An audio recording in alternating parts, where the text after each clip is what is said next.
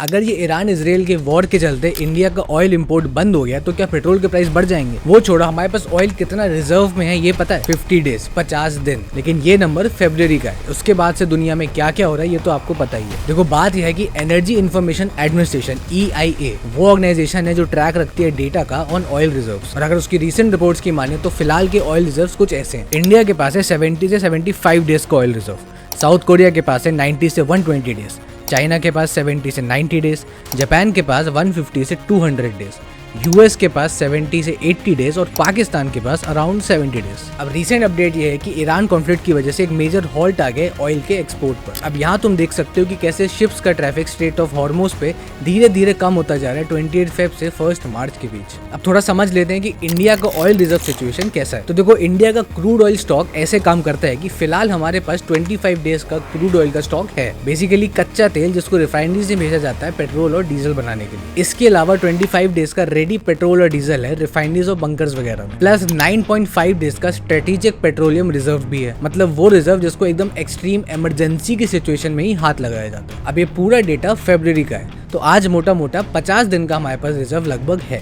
दिक्कत ये है कि ये इजराइल ईरान का वॉर कब तक चलेगा ये किसी को नहीं पता, क्योंकि रशिया और यूक्रेन वॉर जो 2022 में स्टार्ट हुआ तो वो अभी तक चल रहा है। अब अगर रिपोर्ट्स की माने तो ये वॉर लगभग सितंबर तक चल सकती है, और अगर ये बात सच निकली तो क्लियरली हमारे पास उतना रिजर्व तो नहीं है। अब इंडियन गवर्नमेंट ने 2 नए ऑयल रिजर्व सैंक्शन किए थे, एक पडौर कर्नाटका में और दूसरा चंडीकोल उड़ीसा में, जो टोटल 6.5 मिलियन मेट्रिक टन का रिजर्व कर सकते हैं। लेकिन ये अभी रेडी नहीं है, क्योंकि किसको पता था कि ईरान इजराइल का वॉर आ जाएगा और ऐसी सिचुएशन भी आ सकती है। अगर इंटरेस्टिंग लगा तो do support bye subscribing and sharing this video.